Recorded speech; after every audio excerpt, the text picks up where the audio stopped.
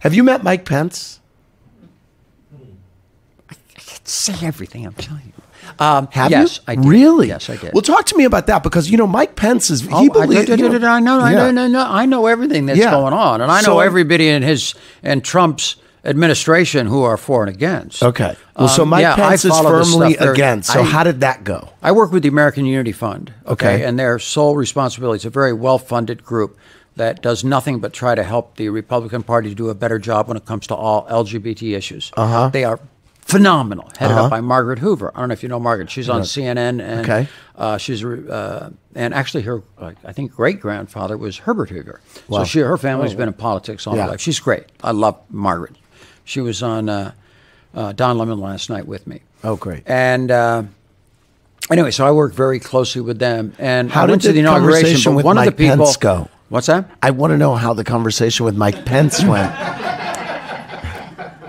Do not pivot on me, I know Caitlyn. he has come up, and when he was governor, some of the most anti-LGBT issues. Yes. I know that. I know that. Right. And the American Unity Fund worked very closely with him to take that legislation and really get it out of there. And he came back kicking and screaming and did sign some stuff and did better with that on that issue. But still. How was your conversation with Mike Pence? So I walk up looking fabulous. Okay.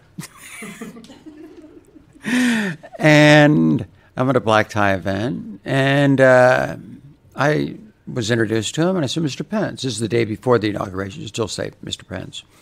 I said, Mr. Pence. I said, hi, Caitlyn Jenner. Very nice to meet you. How are you doing? And I told him, I said, I came in a few months ago, and I sat down and had a private dinner with, I think it was 16, 17 evangelical Christian conservative Republicans at a private dinner in a private home.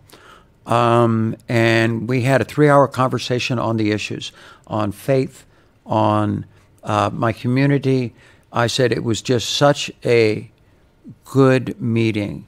I guarantee you, all the guys in this room had never met anybody who was trans. I bet. And I brought a girl with me who works with me, Zachary, who works on Transparent and this and that. She's a producer. She's phenomenal.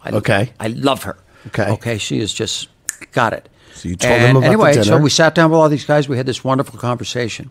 And actually, in that conversation, even one of them says, when we get to policy, do you think you can come back? And I said, of course I can come back. Right. And so that's how I do business. And so I told him this story. And I said, it was such a wonderful conversation. I would love to share that conversation with you. And he looks at me and he says, you know what? I would love to have that conversation. Great. And I said, okay. I said, I would do it privately. I don't want to do this publicly. Nobody even know I'm in town. Private dinner somewhere at a home or whatever, any way we want to do it. But I think we get more accomplished that way. He doesn't have dinner without his wife, with a woman, so... So, but wait a second. Okay. I didn't finish my story. Okay, keep going, Caitlyn. Okay. So, I turned to his wife who's standing right there, and I reach out and grab her hand. And I look her right in the eye, and I said, I would love to have you in on that conversation. And she looks at me and she goes, don't you worry, I'll be there. Great. Well, maybe that's where you're going tomorrow in D.C. Maybe you're going to see the Pences. I'm not telling you.